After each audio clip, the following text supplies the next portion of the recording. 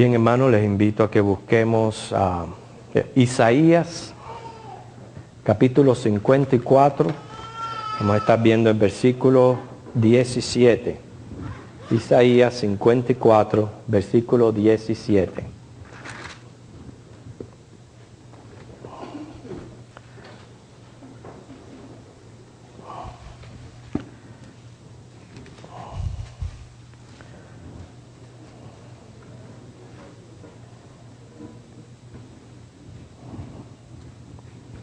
Versículo importantísimo, una tremenda promesa que tenemos de parte de nuestro Señor para todos sus hijos. Lo vamos a leer todos juntos.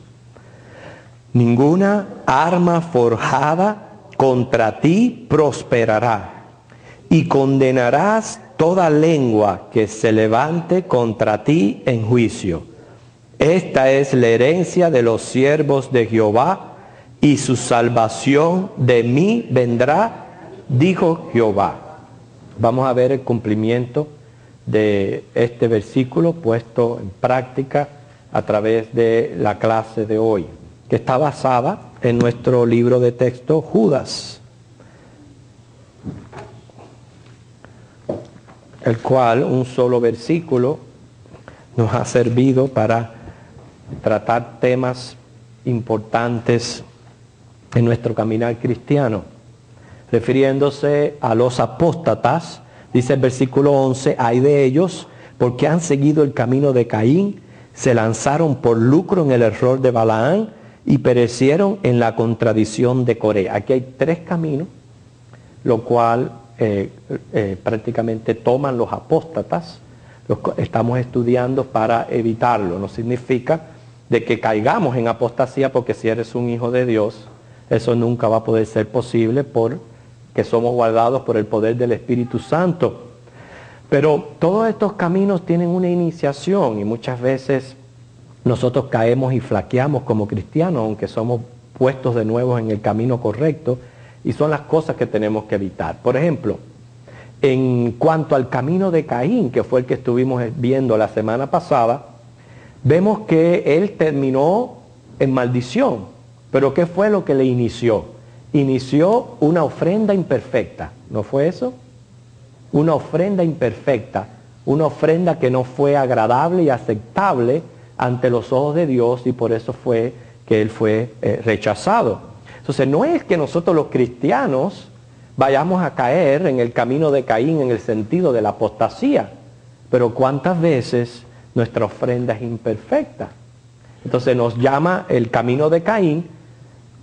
Lo podemos aplicar aplicándolo a los apóstatas, pero en cuanto a nosotros los cristianos, a abrir nuestros ojos y a atender la manera como nosotros practicamos religión. Porque la manera en que nosotros practicamos religión va a ser la manera en que nosotros apreciamos y valorizamos a nuestro gran Dios. Si su Dios es como el mío, es un Dios grande, usted se va a esforzar en darle lo mejor a Dios, lo mejor de su capacidad. Entonces eso fue lo que aprendimos del camino de Caín. Hoy vamos a ver el error de Balaam. ¿Cuál fue el camino de Balaam? Y lo vamos a ver de dos maneras. Fue un camino de maldición y un camino de seducción. Pero primero, ¿quién era Balaam? Balaam significa, el nombre significa devorador peregrino. Dice, un devorador peregrino. Nosotros sabemos, como dice 1 Pedro 5:8, que el diablo anda alrededor buscando a quien devorar. Y Balaam fue un vidente. O sea, que fue contratado por Balac, rey moabita, para que maldijera a Israel. O sea, fue un vidente que este rey contrató con ese propósito. Pero ¿quién era Balac? Bueno, ya lo mencionamos, era un rey de los moabitas. Su nombre también tiene un significado muy peculiar y significativo. Es destructor vacío. Y está implicando más bien a esa lucha espiritual con las potestades superiores que tenemos los cristianos, que menciona Efesios 6, del 10 al 12. Bueno, ¿por qué Balaam contrata a Balaam para que como vidente maldijera a Israel. Porque este rey se había enterado de que Israel había vencido a los amorreos. Ustedes saben que durante el tiempo de las conquistas a la tierra de Palestina, el pueblo de Israel tuvo que luchar con varios pueblos y conquistarlos hasta llegar a la tierra prometida.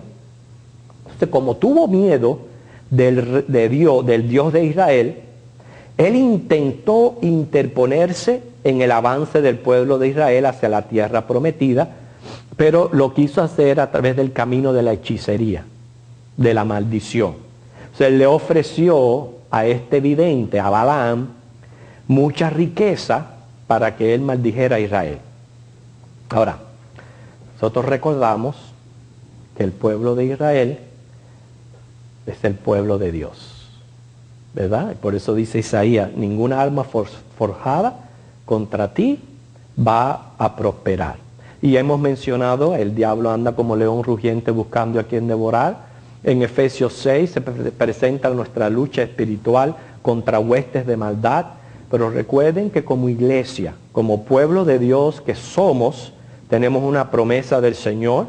Dice el Señor en Mateo 16, 18, sobre esta roca edificaré mi iglesia, las puertas del Hades no prevalecerán contra ella.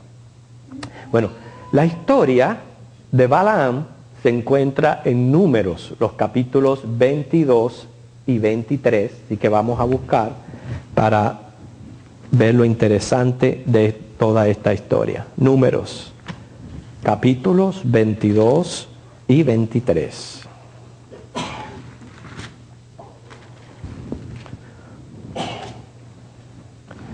Y vamos a que algunas personas me ayuden con la lectura. Pero yo quiero pedir a esas personas que pasen aquí al frente. La hermana Ginny quiere pasar aquí al frente a leer los primeros 7 versículos. Les digo que pasen aquí al frente porque muchas veces en nuestras grabaciones se oye leer y no se está viendo quién está leyendo la palabra. Del 1 al 7, hermana. Número 22. Sí.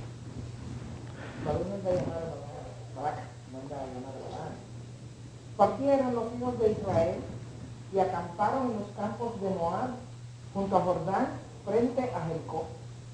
Y vio Balac, hijo de Zippor, todo lo que Israel había hecho al amorreo. Y Moab tuvo gran temor a causa del pueblo, porque era mucho. Y se angustió Moab a causa de los hijos de Israel. Y dijo Moab a los ancianos de Madián, ahora lamerá esta gente todos nuestros contornos, como lame el buey la grama del campo. Y Balac, hijo de Zippor, era entonces rey de Moab.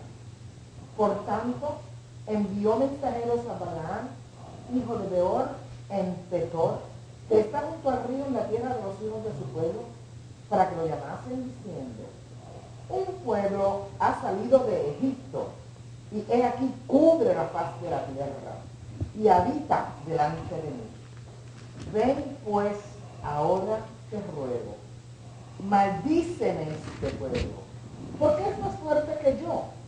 Quizá yo pueda herirlo y echarlo de la tierra, pues yo sé que al que tú bendigas será bendito, y el que tú maldigas será maldito.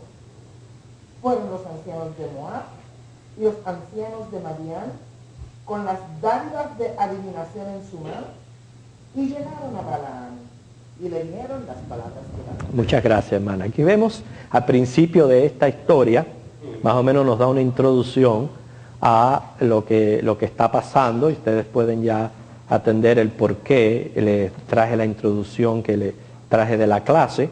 Vemos como en el versículo 7 dice que llegaron con dones de adivinación.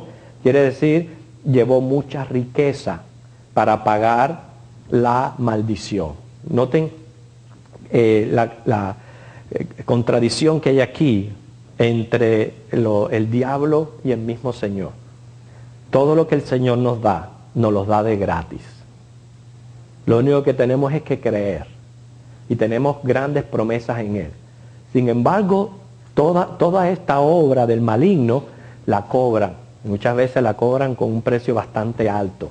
Es decir, que para que él pronunciara una maldición contra Israel, tuvieron que pagarle. Así hay mucha gente pagando por beneficios religiosos, los cuales no tienen sentido alguno, porque todo lo que nosotros recibimos del Señor, lo recibimos de su gracia, de gratis. Yo no tengo que pagar ni por el perdón de pecados, me refiero monetariamente, ni por una misa, ni por esto, ni por lo otro, ni porque me averigüen el futuro. Digo, ¿para qué usted quiere saber el futuro si con el presente tenemos suficiente? Pero hay gente que no, hay gente que quiere y hay gente que paga y paga el gran precio. Ahora, ¿qué es lo que dice Dios? Vamos a detenernos aquí un poquito en esto que el rey de Moab está haciendo, el ir a un adivino o a un vidente. ¿Qué Dios dice sobre esta práctica?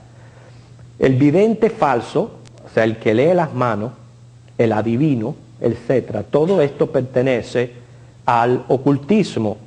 El ocultismo es una palabra que deriva del latín, occultus, que significa esconder. Por lo tanto, el ocultismo puede ser definido generalmente como un término sombrilla para enseñanzas secretas, escondidas y prácticas asociadas con lo sobrenatural. Cuando hablamos de ocultismo, esto incluye astrología, espiritismo, cartas de tarot, las escrituras automáticas, la hechicería, el mal de ojo, brujería, la cuija, el palo mayombe, la santería, la adivinación, el satanismo, los curanderos. O sea, todo esto está bajo la sombrilla o escondido tras el ocultismo. Y detrás del ocultismo están las fuerzas del mismo maligno. Por eso es que no podemos, a mucha gente dice, no, yo no creo en eso. Yo creo en eso. Y yo creo que tiene poder. Lo que pasa es que mi Señor es más poderoso y los venció en la cruz del Calvario. Eso es diferente. Pero hermano, decir, no, porque eso yo no creo en eso porque no tiene poder. Eso es ignorancia. Detrás de todo eso está el mismo poder del enemigo. Y, por ejemplo, lo que hacen los magos, que a veces nos dejan con la boca abierta, todo eso es poder del enemigo. Y toda esta práctica, hermano, es condenada por pena de muerte. Dice Apocalipsis 21:8, los hechiceros no entran al reino de los cielos.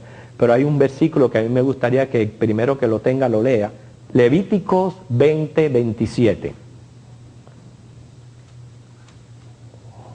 Levítico 20:27. ¿Qué dice? Y el hombre o la mujer que evocare espíritu de muertos o se entregare a la adivinación ha de morir. Ok, fíjense. El Señor lo prohíbe con muerte. A pesar de que es algo que está prohibido por Dios, esta práctica ha fascinado a la gente de todos los tiempos. Los reyes consultaban a los hechiceros para interpretar enigmas, sueños. Vemos un ejemplo de eso en las cortes de Egipto, luego en la corte de Babilonia, cuando Daniel, etc. Bueno, dicho esto, vamos de nuevo a la historia, donde sabemos ya que hay un rey que quiere maldecir a Israel porque ha escuchado de sus proezas militares y quiere evadirlos, echando sobre ellos una maldición que viniera del mismo diablo. Sin embargo, hay un dicho que dice, una cosa es lo que el hombre propone y otra lo que Dios dispone.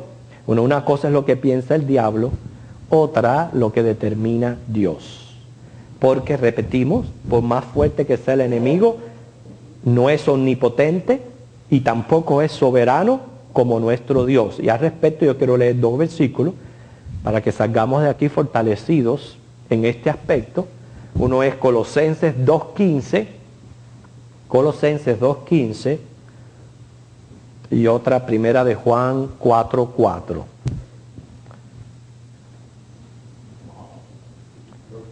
¿Qué dice Colosenses 2.15? Y despojando a los principados y a las potestades, los exhibió públicamente, triunfando sobre ellos en la cruz. Ok, triunfando sobre ellos en la cruz. Ese es el versículo que nos dice que Cristo venció todas estas potestades. Y primera de Juan 4:4. Hijitos, vosotros sois de Dios y los habéis vencido, porque mayor es el que está en vosotros que el que está en el mundo. Okay. No es que menospreciemos el valor del enemigo, sino que sabemos que el que está en nosotros es mayor que el enemigo. Pero ¿por qué dice Efesios 4:27 que no le demos lugar? Bueno, no darle lugar al enemigo, número uno, es mantenernos en Cristo para no tocar esos terrenos del maligno. Y otro, no creerle sus mentiras. Esa es otra manera de no darle lugar al enemigo. No creerle a las mentiras del diablo. Usted sabe que el diablo es experto en coger las verdades bíblicas y trastornarlas y armar una confusión con las mismas verdades. O sea, hay que tener mucho cuidado con esa táctica del enemigo. No caigamos en ese error. Eso es darle lugar al enemigo. Ahora, Dios no permitió que Balaam fuera y maldijera a Israel. Eso se encuentra en los versículos del 8 al 14. Otra persona que le guste leer, que venga aquí al frente a leerla. ¿Quién le gusta leer? Alguien que pueda leer bien, porque queremos... Ok, ven Eliezer. Del 8 al 14. No, ay, tú estabas dispuesto a leer sin saber dónde era. Números 22. Número 22.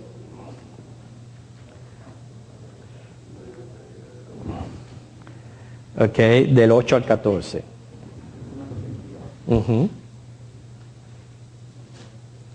Del 8 al 14. Él les dijo, reposad aquí esta noche, y yo os daré respuesta según Jehová me hablare. Así los príncipes de Moab se quedaron con Balaam. Y vino Dios a Balaam y le dijo, ¿qué varones son estos que están contigo? Y Balaam respondió a Dios, Balac, hijo de Zippor, rey de Moab, ha enviado a decirme,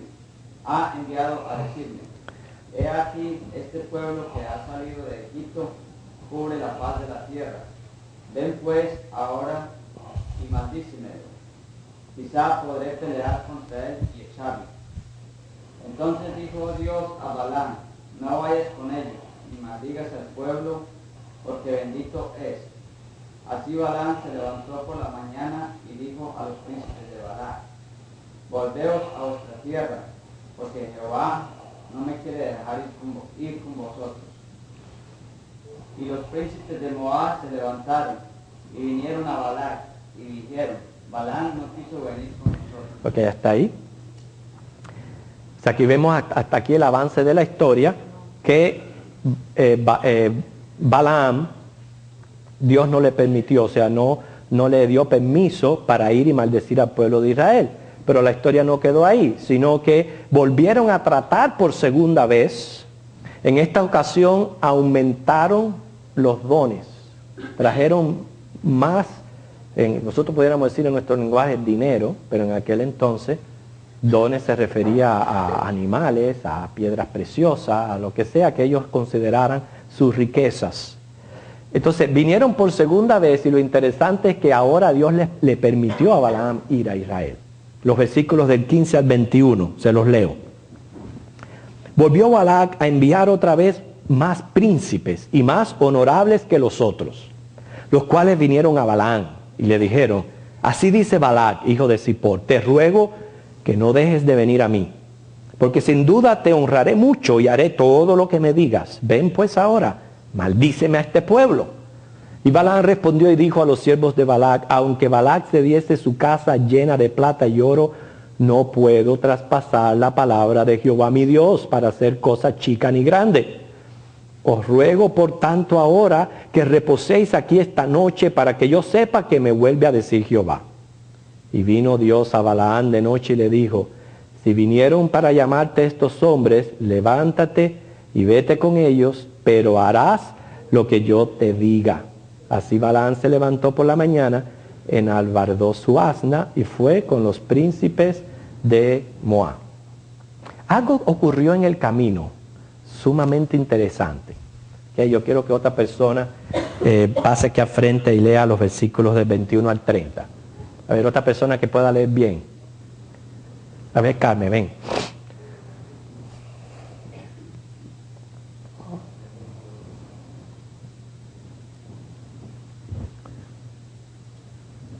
Vamos a seguir la historia, a ver lo que va a pasar ahora. Sí, del 21 al 30. Dice, así Balaam se levantó por la mañana y enalbardó su asna y fue con los príncipes de Moab. Y la ira de Dios se encendió porque él iba. Y el ángel de Jehová se puso en el camino por adversario suyo. Iba pues él montado sobre su asna y con él 2 criados suyos.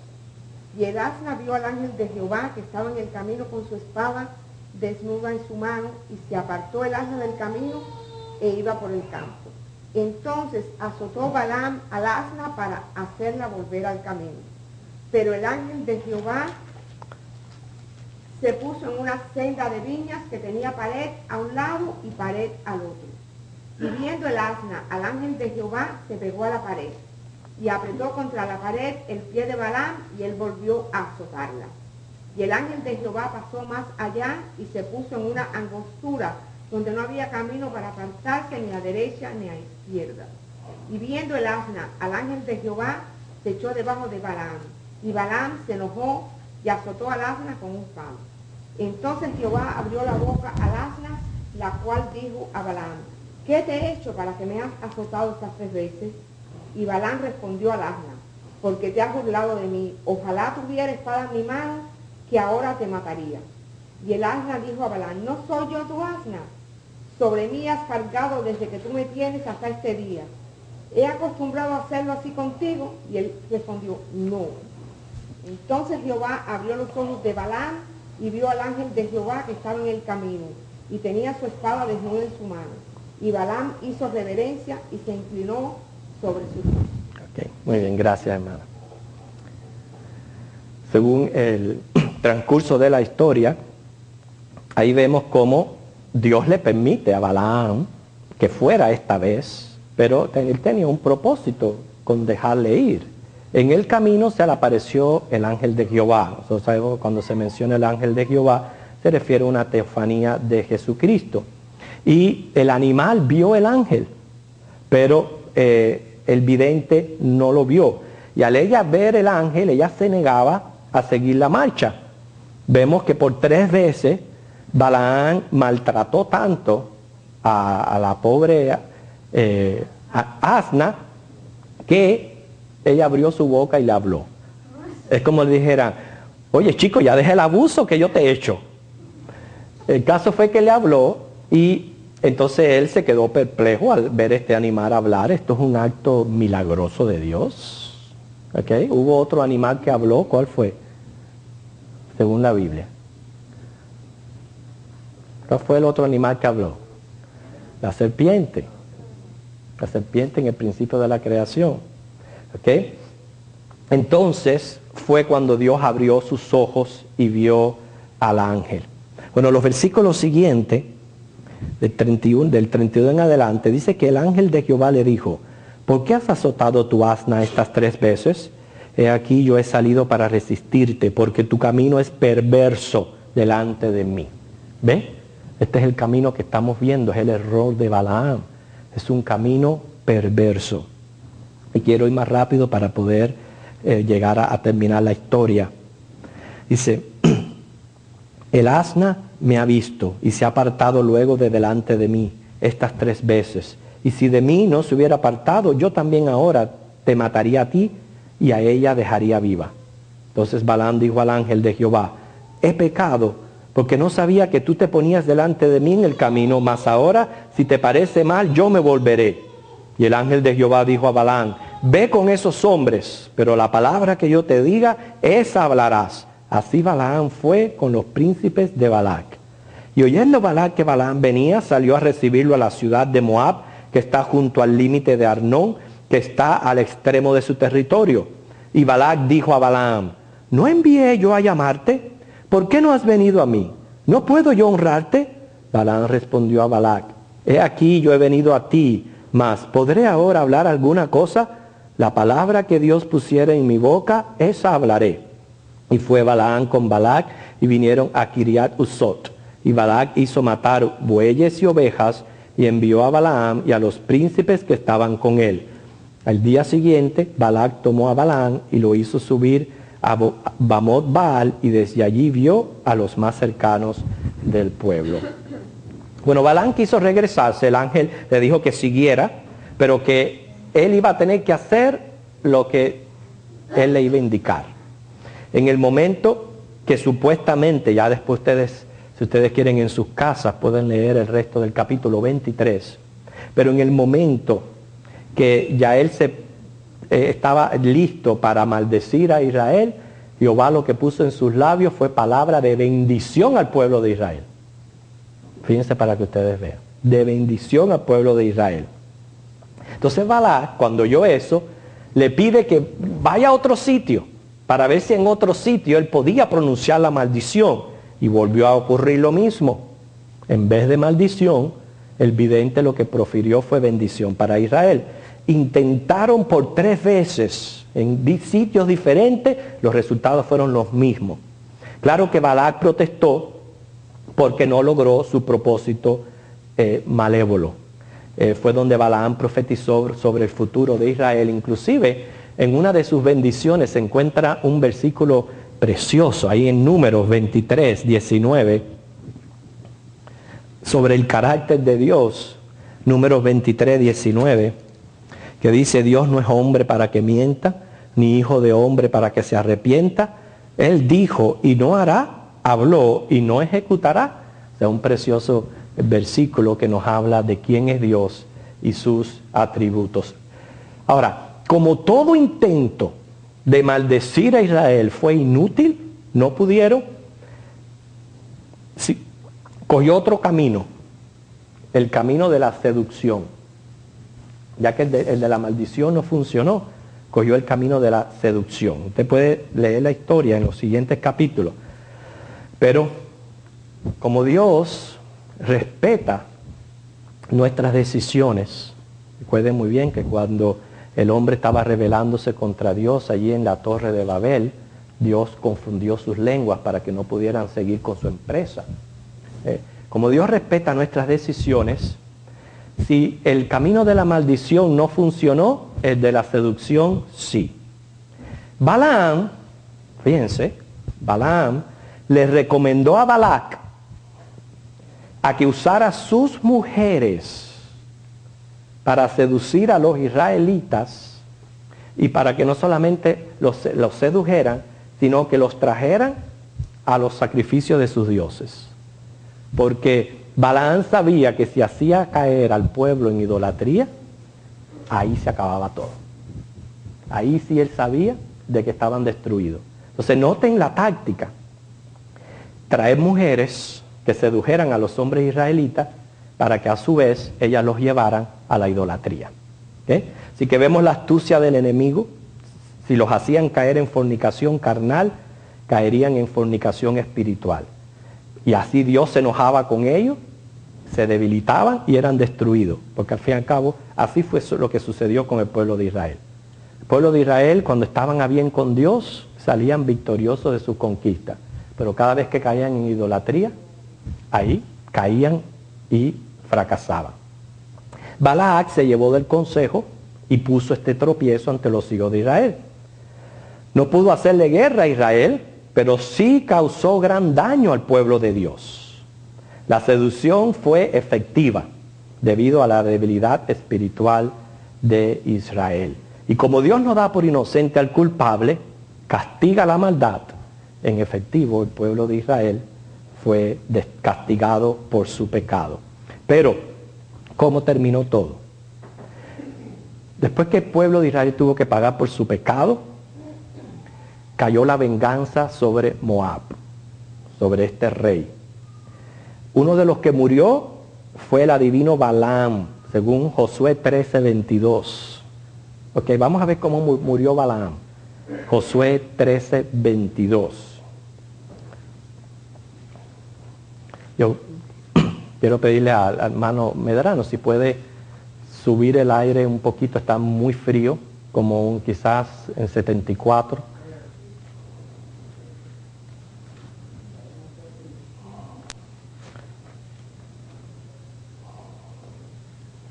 ¿Quién no tiene ese versículo? A ver, dígame. También mataron a espada los hijos de Israel a Balán, el adivino, hijo de Beón, entre los demás que mataron. Okay. El caso fue que Balaam terminó muerto, Moab terminó vengado. Mira lo que dice Números 25, 1 y 2. No, esa es la parte que yo les estaba diciendo, perdone, sobre cómo el pueblo de Israel cayó bajo la segunda táctica de este rey. Cuando fueron que dice, moraba Israel en Sití, el pueblo empezó a fornicar con las hijas de Moab, las cuales invitaban al pueblo a los sacrificios de sus dioses. El pueblo comió y se inclinó a sus dioses. O sea, cómo cayeron en esta trampa. O sea que este vidente, Balaam, es puesto aquí en Judas como un ejemplo de una persona perversa, una persona maldita. Él tuvo una experiencia con el mismo Dios. O sea, era para que le habló un animal. Era para que él hubiera abierto los ojos, se hubiera dado cuenta que lo que él estaba haciendo no estaba correcto, porque Dios se lo impidió primero. Luego se interpuso para que él no siguiera en ese intento de maldecir a Israel, para prueba grande de su poder, porque por eso es que a veces Dios permite que las cosas sucedan, es para una manifestación de su poder. Cada vez que fue a hablar maldición, lo que salía por su boca era bendición, no lo podía controlar. No podía controlarlo. Era una cosa tremenda, estaba completamente posesionado por lo que Dios quería en ese momento. La cosa no paró ahí. Si en ese momento él dice, oye, ¿verdad que Dios es grande? ¿Quién puede contra Dios? Oye, después de una experiencia pero tan grande, entonces decir, ok, esta no funcionó, vamos a acudir a la otra, que la otra sí va a funcionar, que es el camino de la seducción. En efectivo, tuvo razón, pero, número uno, el pueblo, por su infidelidad, es ahí donde vemos nuestra responsabilidad humana, tuvo que pagar la consecuencia de su desvío. Moab fue castigado, Balaam murió y el pueblo de Israel conquistó a Palestina con su líder Josué. Es decir, que los planes del hombre fueron entorpecidos porque nadie puede parar los planes de Dios. Nadie, absolutamente nadie. Por eso que leímos en Isaías donde dice, ninguna arma forzada contra ti va a prosperar. Si somos verdaderos hijos de Dios, es ahí donde dice Pablo en Romanos, ¿quién nos va a separar del amor de Cristo? Nada, absolutamente nada en esta tierra nos puede separar del amor de Dios. En eso podemos estar seguros. Dios promete cuidarnos, pero nosotros tenemos la responsabilidad de permanecer en el camino de la santidad. Esto es sumamente importante que nosotros los cristianos atendamos, lo sepamos y lo practiquemos.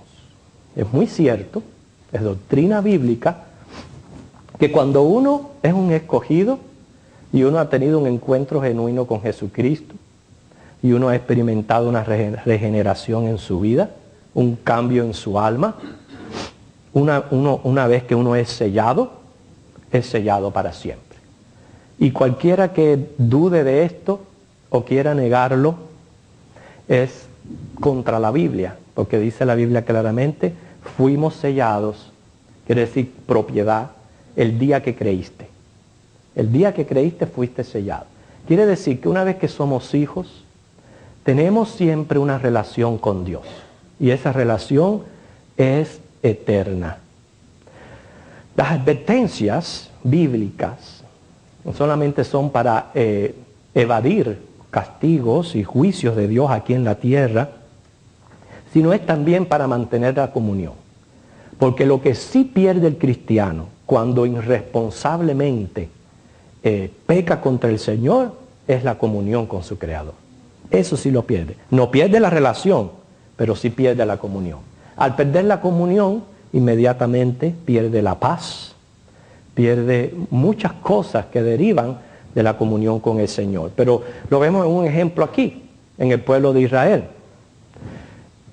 Nadie pudo perjudicar o interponerse en que el pueblo de Israel llegara a la tierra prometida. Ellos llegaron. Sin embargo, en la trayectoria, ¿cuántas cosas experimentaron? Experimentaron conquistas, pero experimentaron grandes derrotas también. Y las derrotas siempre venían equivalentes a sus actos pecaminosos, sus actos de infidelidad. Pero Dios, con mucha paciencia y con mucha misericordia, los volvía a levantar, les volvía a dar la mano y los volvía a poner en el camino correcto.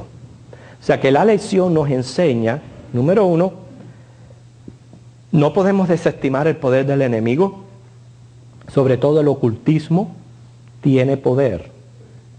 Pero recuerde que es un poder limitado con fines destructivos.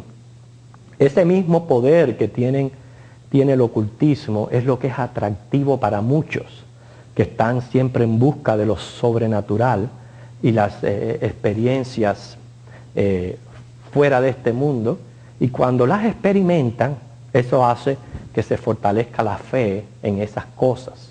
Pero nosotros como cristianos sabemos que detrás de todo ese poder, quien está es el mismo enemigo. Y la palabra del Señor nos insta a no darle lugar, pero sabemos que ya ellos están vencidos, como leímos en la cruz del Calvario. Hay muchos que acuden a la brujería negra con motivos de venganza. Hay muchos. No estoy hablando, yo no creo que un cristiano se atreva a hacer algo así, que por un motivo de venganza consulte a uno de estos brujeros negros, sea para vengarse, o sea para asegurar el amor de una persona, o para enriquecerse, conocer el futuro, etc. Porque todos sabemos que todos estos medios son medios satánicos, y lejos de bendecir, lo que acarrean es maldición. Quiere decir que tú estás pagando un alto precio por ser maldecido, porque nada de esto es gratis. Usted tiene que pagar, y pagar bastante.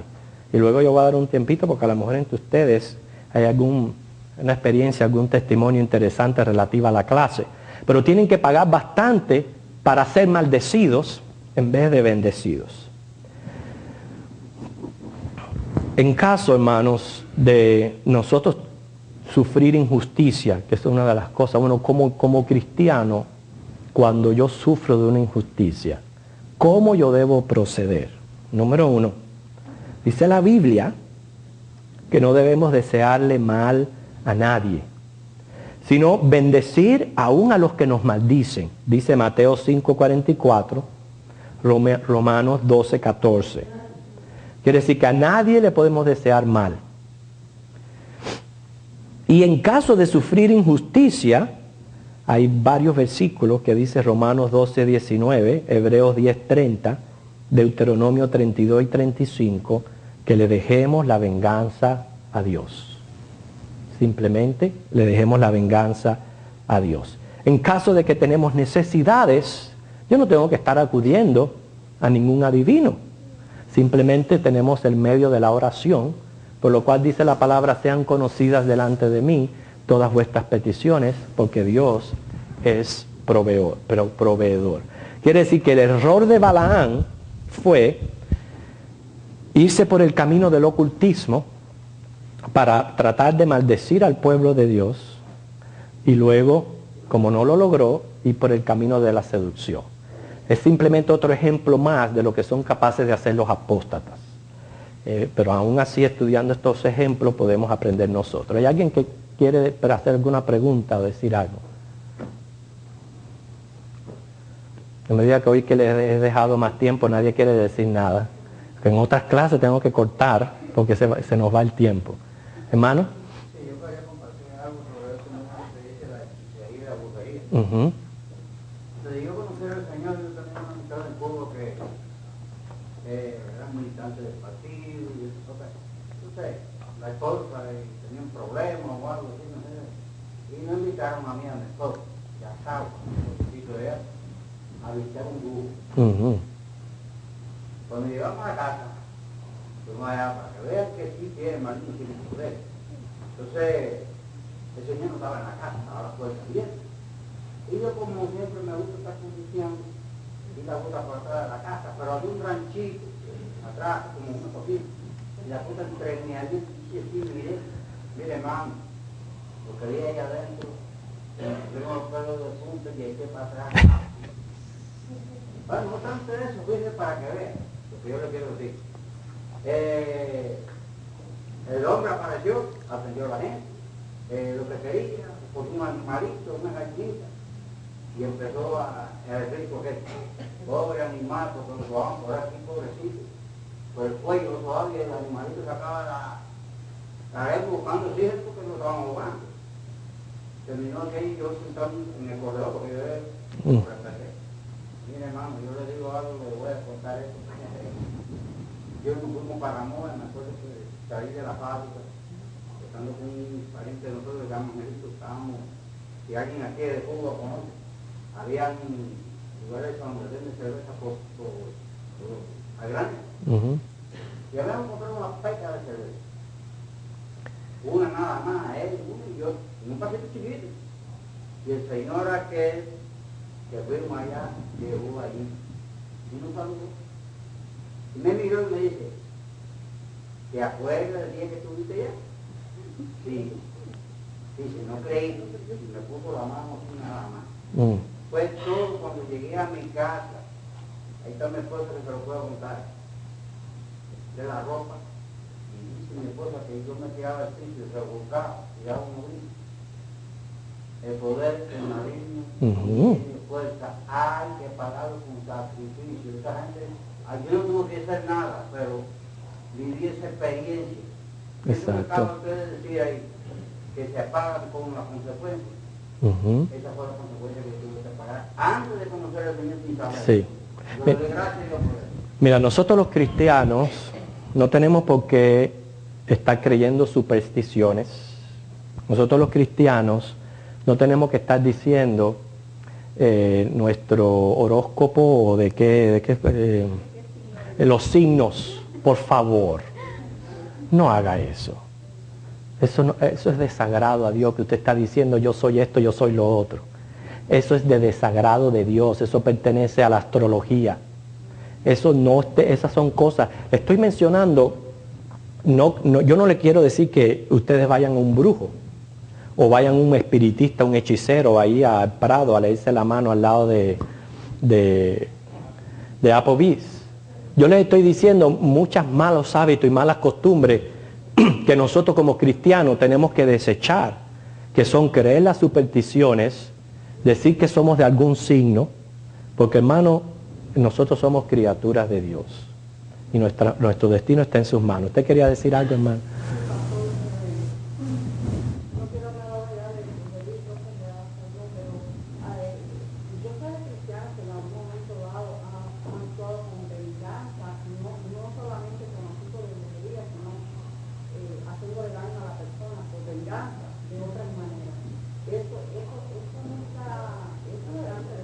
No, claro.